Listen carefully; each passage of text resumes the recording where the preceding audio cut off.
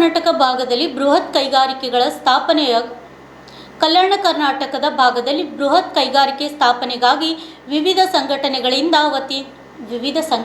ವತಿಯಿಂದ ಕಲ್ಯಾಣ ಕರ್ನಾಟಕ ಭಾಗದಲ್ಲಿ ಬೃಹತ್ ಕೈಗಾರಿಕೆಗಳ ಸ್ಥಾಪನೆಗಾಗಿ ವಿವಿಧ ಸಂಘಟನೆಗಳ ವತಿಯಿಂದ ಪ್ರವಾಸಿ ಮಂದಿರದ ಶಾಪುರದಲ್ಲಿ ಸಭೆ ಕರೆಯಲಾಯಿತು. ಈ ಒಂದು ಸಭೆಯ ಉದ್ದೇಶ ನಿರುದ್ಯೋಗ ಸೇರಿ ಸಮಸ್ಯೆ ಹೆಚ್ಚಾಗಿರುವುದರಿಂದ ನಮ್ಮ ಭಾಗದಲ್ಲಿ ಬೃಹತ್ ಕೈಗಾರಿಕೆಗಳು ಸ್ಥಾಪನೆ ಮಾಡಬೇಕು ಎಂದು ಕೇಂದ್ರ ಮತ್ತು ರಾಜ್ಯ ಸರ್ಕಾರಕ್ಕೆ ಒತ್ತಾಯಿಸಲು ಮುಂದಿನ ದಿನಗಳಲ್ಲಿ ನಿಗದಿಪಡಿಸಿ ಬೃಹತ್ ಪ್ರತಿಭಟನೆ ಪಾಲ್ಗೊಳ್ಳಲು ನಿರ್ಧರಿಸಲಾಗಿದೆ ಎಂದರು. ಈ ಸಂದರ್ಭದಲ್ಲಿ ಸುಭಾಷ್ ಹೋತ್ಪೇಟ್, ಅಂಗವಿಕಲರ ಸಂಘಟನೆ ರಾಜ್ಯಾಧ್ಯಕ್ಷರು ಭೀಮನಗೌಡ, ರೈತ ಸಂಘಟನೆ ತಾಲೂಕಾಧ್ಯಕ್ಷರು ಧರ್ಮಣ್ಣ, ತಹಸೀಲ್ದಾರ್ ರೈತ ಸಂಘಟನೆ ತಾಲೂಕಾಧ್ಯಕ್ಷರು ಇಸ್ಮಾಯಿಲ್ ತಿಮ್ಮಪುರಿ, ದಲಿತ ಮತ್ತು ಮೈನಾರಿಟಿ ಸೇನೆ ಅಧ್ಯಕ್ಷರು ಶ್ರೀಶೈಲ್ ಮಾಡಬೂಳ್, ಐನ್ ಜಿಲ್ಲಾ ಉಪಾಧ್ಯಕ್ಷರು ಶಿವ ಶ್ರೀರಾಮ್ ಸೇನೆ ಅಧ್ಯಕ್ಷರು ಬಸ್ಸು, ರೈತ ಸಂಘಟನೆ ಯುವ ಘಟಕದ ತಾಲೂಕಾಧ್ಯಕ್ಷರು ಸೇರಿದಂತೆ ಅನೇಕರು ಹಾಜರಿದ್ದರು. Sangamesh Kumar, RJ32 Kannada news, Shahapur.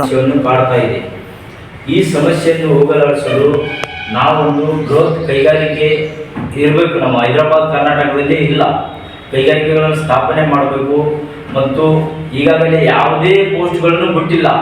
ಈಗ ಪೋಸ್ಟ್ಗಳು ಬಿಡೋ ಸಲುವಾಗಿ ನಾವು ಒಂದು ಹೋರಾಟವನ್ನು ಹಮ್ಮಿಕೊಳ್ಳೋಣ ಎಲ್ಲ ವಿವಿಧ ಸಂಘಟನೆಗಳಿಂದ ಅಂತ ನಾವು ತೀರ್ಮಾನ ಮಾಡಿದ್ದೇವೆ.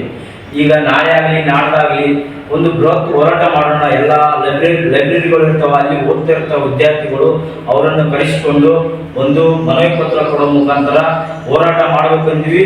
ಅದನ್ನು ನಿಮ್ಮ ಅನಿಸಿಕೆ ಅಭಿಪ್ರಾಯಗಳನ್ನು ಹೇಳ್ಬೇಕಂತೇಳಿ ನಾವು ಈ ಉದ್ದೇಶಕ್ಕಾಗಿ ಇಲ್ಲಿ ಕರೆದಿರ್ತಕ್ಕಂಥ ಸಭೆಯಾಗಿರ್ತಕ್ಕ ಮುಂದಿನ ವಿಚಾರ ಸಂಘರ್ಷ ಇವರು ಎಲ್ಲರೂ ನೀವು ತಿಳಿಸಿರ್ತಕ್ಕಂಥ ಅದು ಯಾರು ಏನೇನು ಅಭಿಪ್ರಾಯ ಹೇಳ್ರಿ, ಅದರ ಬಗ್ಗೆ ನಾವು ತೀರ್ಮಾನ ಮಾಡಿ ಹೋರಾಟ ಮಾಡೋಣ. ಅವರು ರಾಜ್ಯ ಅಂಗವಿಕಲರ ಸಂಘದವರು ಒಂದೆರಡು ಮಾತನಾಡೋದನ್ನು ಕೇಳ್ಕೊಳ್ತೇವೆ.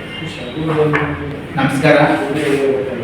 ಈ ಒಂದು ಶಾಪುರದ ಪ್ರವಾಸಿ ಮಂದಿರದಲ್ಲಿ ವಿವಿಧ ರೈತ ಸಂಘಟನೆಯ ಮತ್ತು ವಿವಿಧ ಸಂಘಟನೆಯ ಅಧ್ಯಕ್ಷರು ಮತ್ತು ವಿವಿಧ ರಾಜಕೀಯ ಪಕ್ಷದವರು ಮತ್ತು ಸಾಮಾಜಿಕ ಚಿಂತಕರು ಮತ್ತು ಮಹಿಳಾ ಘಟಕದವರು, ಮಹಿಳಾ ಹೋರಾಟಗಾರರು ಈ ಒಂದು ಸಭೆಯಲ್ಲಿ ಭಾಗವಹಿಸಿದ್ದಾರೆ. ಈ ಒಂದು ಸಭೆಯ ಉದ್ದೇಶ ಕಲ್ಯಾಣ ಕರ್ನಾಟಕ ಭಾಗದ ನಿರುದ್ಯೋಗ ಸಮಸ್ಯೆಗಳ ಬಗ್ಗೆ ಒಂದು ಸಭೆ ಕರೆಯಲಾಗಿದೆ.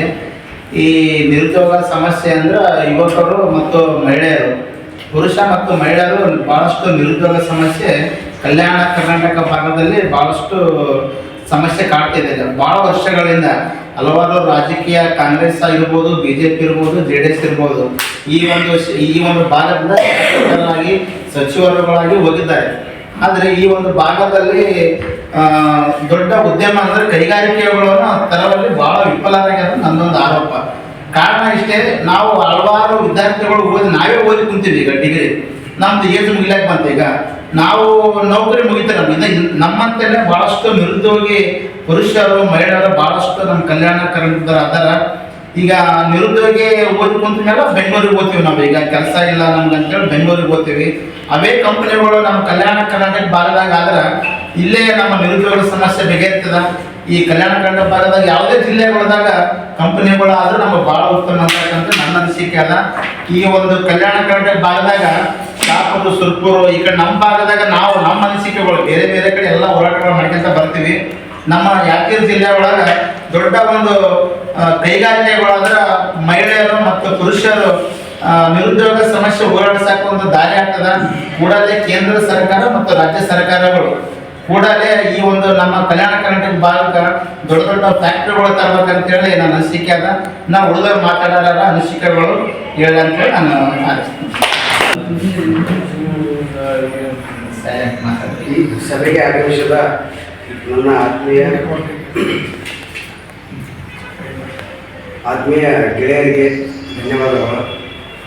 ಈ ಸಭೆ ಕರೆದ ಉದ್ದೇಶ ಏನಂದರೆ ಉತ್ತರ ಕರ್ನಾಟಕಕ್ಕೆ ಭಾಳ ಅನ್ಯಾಯ ಆಗ್ತದೆ.